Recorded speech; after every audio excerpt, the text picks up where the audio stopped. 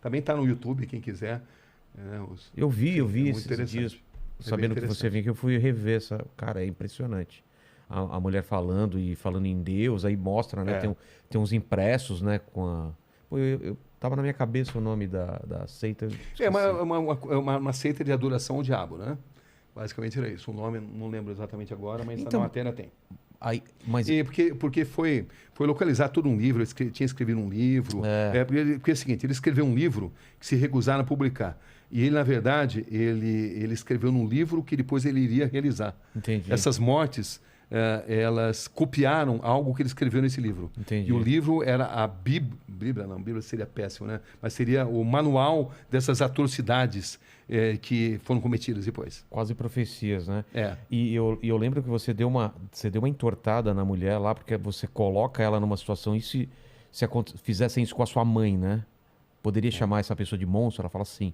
Então, as pessoas. Então, você entende as pessoas achando que vocês são monstros. E eu achei isso porque ela não percebeu que ia para esse lado a pergunta depois, né? E aí ela se dá conta, né? Quando você está nessas entrevistas, é uma guerra mental. É, né? Você vê que eu não levo, como você também não, Não, né? não, é, Eu não não tem levo papo. anotação. Porque você não pode perder o olho no olho. Exato. Entendeu? Porque o body language, né? A linguagem corporal. As grandes perguntas, elas nascem de respostas incompletas. Onde você, às vezes, muda Ou de totalmente silêncios, né? silêncio, pausas. Você muda totalmente o encaminhamento da entrevista mediante algo que foi contado. Mas, para isso, você precisa estar muito atento. E você não pode perder, você não pode baixar os olhos. Senão você perde o contato com a pessoa. Então, é assim que você consegue extrair, né? Eu lembro, por exemplo, quando entrevistei o Matheus Acosta Meiro, o atirador do shopping, né? Uma frase dele que me impressionou muito. Aquele do filme, que ele entrou É no o meio do do filme, filme. isso, que ele assistiu o filme Clube da Luta É. e depois... Saiu atirando, meu Exatamente, Deus. saiu atirando. E ele dizia o que ficou na sua mente. Ele falou, ficou na minha mente claramente o cheiro de sangue e pipoca. Você vê, ele relacionava sangue e pipoca na mente dele e nunca se arrependeu do que fez. Essa Não? é a verdade. Psicopata não se arrepende. Porque Ele pode até falar que se arrepende outra- porque eles são inteligentes, são frios e notam que precisam falar muitas vezes o que as pessoas esperam ouvir. Entendi. Mas psicopatas não têm cura. Caramba.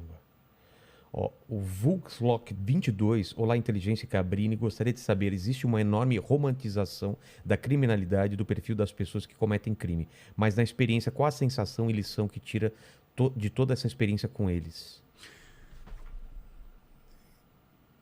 Existe algo a ser aprendido com a mente dessas pessoas.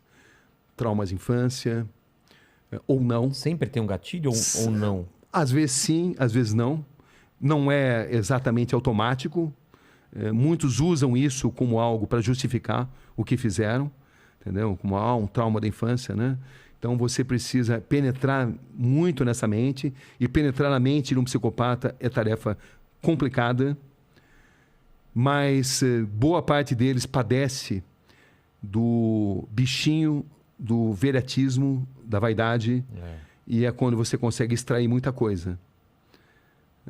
E eles gostam também de submeter a capacidade deles de manipular a sua capacidade de perguntar. Então, eles estão sempre tentando te manipular a sempre. perguntar o que eles querem responder. Com certeza, com certeza. É um jogo mental violento, onde você precisa ter o máximo de concentração. Senão você faz exatamente o que eles querem, né? Você faz, senão você não surpreende.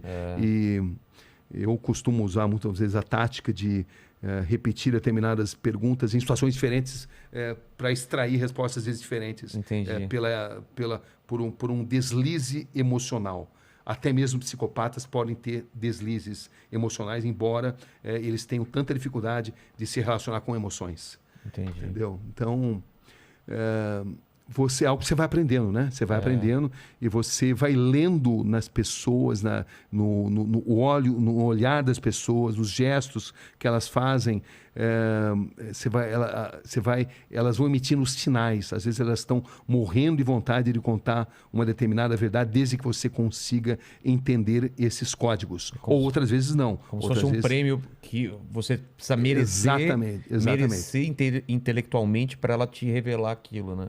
Por isso que eu acredito muito em perguntas curtas e grossas, perguntas grandes demais, dão chance para a pessoa pensar no que vai responder. Entendi. quando você está falando na sua pergunta, Ela já tá. ó, vou falar isso, né? Entendi. Entendeu? Não. Então, a pergunta curta e grossa, muitas vezes, de sopetão, é uma grande arma.